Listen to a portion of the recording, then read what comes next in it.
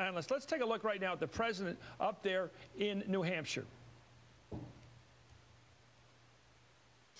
The message you all sent when you elected me, the message that was sent this past month, is whether you're Democrat, Republican, Independent, you're out of patience. You're out of patience with this kind of business as usual. You want us to start worrying less about our jobs and more about your jobs. You want us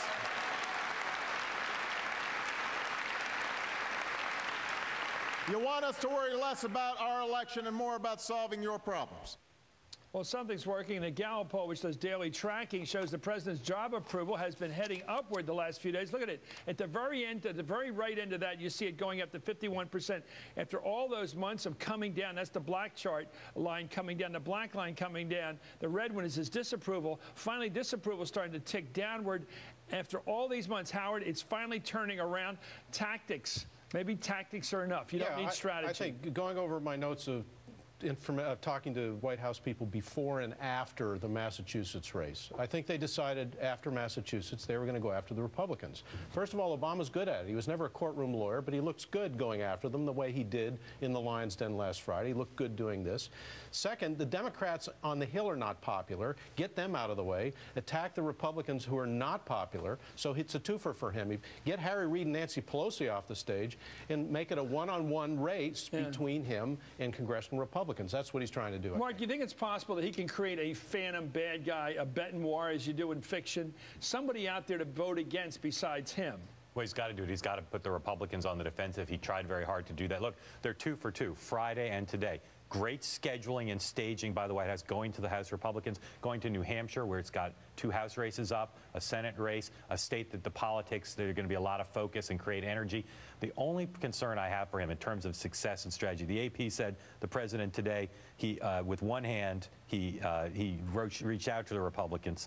I'm looking for the sentence here. With one hand, he reached out to them, but the other hand, he slapped them. The problem I think he has is, this is what they tried early in the administration when he was popular. Destroy the Republican Party, make them so weak they must surrender. They're not going to surrender. And I think for his point of view, success this year involves some bipartisan compromise. This is not the way to get it. This is going to make Republicans Well, you know what? Here's a way he could do it. He yeah. tried a couple days ago to try to cut a deal. He got behind this idea of a commission to deal with long-term debt, deal with the entitlements, deal with all the issues Republicans care more about than Democrats do.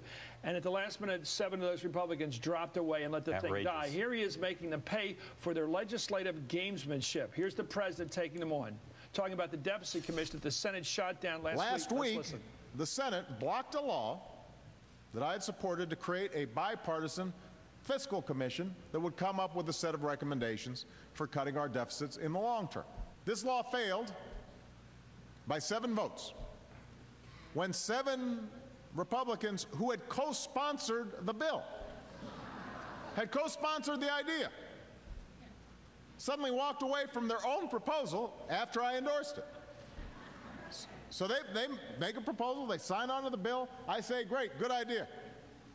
I turn around, they're gone. What happened?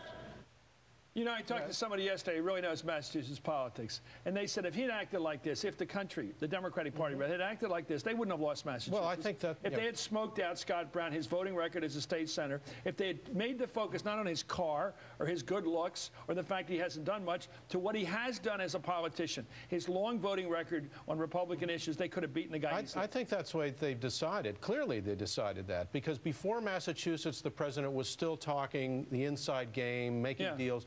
Afterwards, clearly different, and I think they're going to take the gamble that Mark is talking about. This strategy now is really more like the fall of a campaign year. He's doing this awfully early, but I think they felt they had no choice because Mitch McConnell and John Boehner are just not going to cut any deals. He's got to sharpen up his... So he's got to put the spotlight on him. Let me tell you, that's what he's trying to do. He's the hot shooter. I used the basketball analogy. He's a basketball player. He's out of the game this weekend.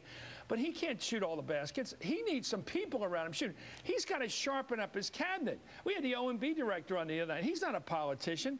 Napolitano doesn't seem like much of a politician on the issues she's responsible for. He needs sharp, team members, and I don't know who they are. Well, Geithner's not a pal. I still think Biden is. He needs people out there shooting with him and working with him, and I don't see it. I still think he needs a commander-in-chief on the economy. It can't be him. There has to be somebody who's like Norman Schwarzkopf every day on TV or saying, John Connolly from the old days. Right.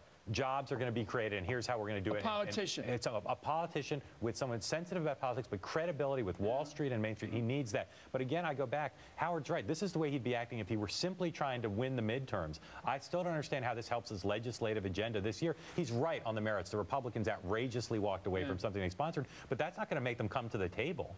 He needs a cabinet packed with guys like, let's go for the list here. Eddie Rendell of Pennsylvania, Schumer, guys that are verbal, aggressive, know how to talk, and could talk to people who are middle road voters from the suburbs and say, here's the problems we face, we inherited it, here's what we're doing about it. It ain't perfect, but it's better than what those jokers are doing. Yeah, I agree with that. Why doesn't he have people like that around? And also, they don't talk like that. Also, where's Joe Biden? I mean, don't forget, this middle-class task force that they put together, where's that?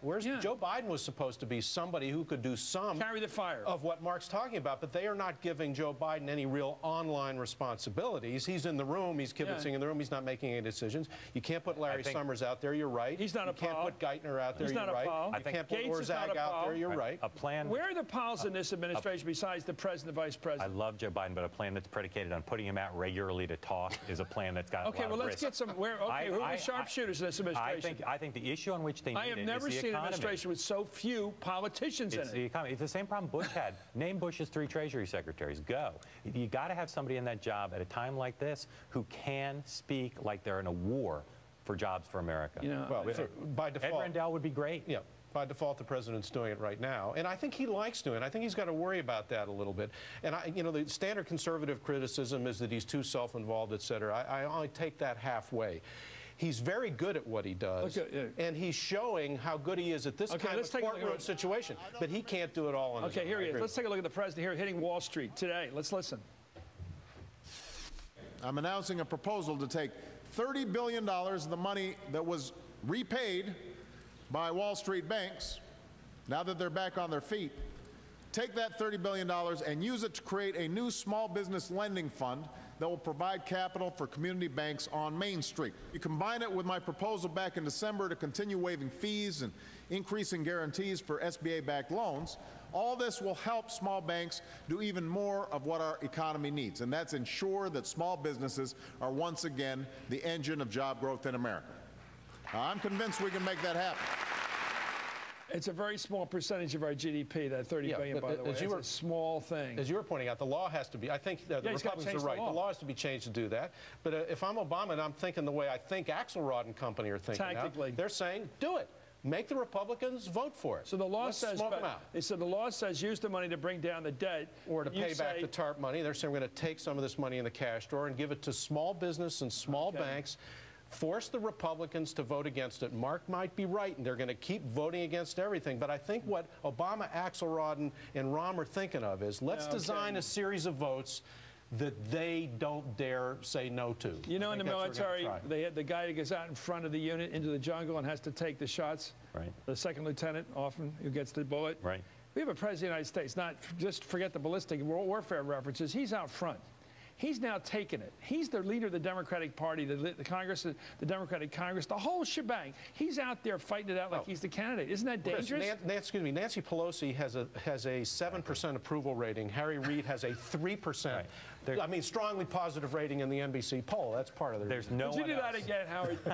What did you just do? There's the hand gesture, strongly. No, 7% strongly positive for Harry Reid. I've never seen quotations so excited. 3% strongly positive for Harry Reid. Look, there's no one else who can do it. Reid increasingly is going to have to worry about saving himself anyway. Right.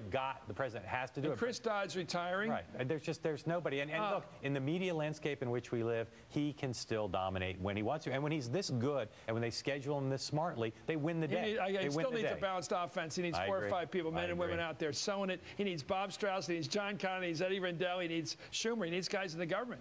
I'm sure Schumer's not joining the government, but he needs people like him anyway. Thank you, Mark Halperin.